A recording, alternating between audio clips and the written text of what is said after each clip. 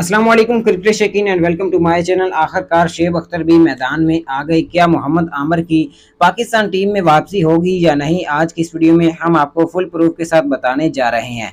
जैसा कि आप जानते हैं कि इस वक्त बहुत सारे क्रिकेटर का और बहुत सारे क्रिकेटर शौकीन का और बहुत सारे मोहम्मद आमिर के फैंस का ये कहना है कि मोहम्मद आमिर को टीम में शामिल किया जाए। इंसान गलती का पुतला है, इंसान से गलती हो जाती है और मोहम्मद आमिर से ये गलती हुई है और उन्होंने अपनी गलती तस्लीम की है, पूरी कौम से माफ़ी मांगी है।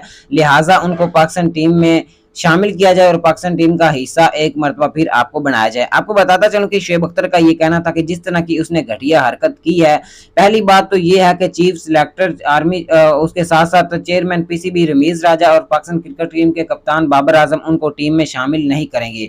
हाँ, अगर उन्हें कर भी लेते हैं तो उन पर फिर भी कोई यकीन नहीं किया जाएगा और उनको तनकीद का निशाना बनाया जाएगा। इसलिए मेरी समझ में नहीं आता कि उनको टीम में शामिल किया जाएगा, ये उनका कहना है।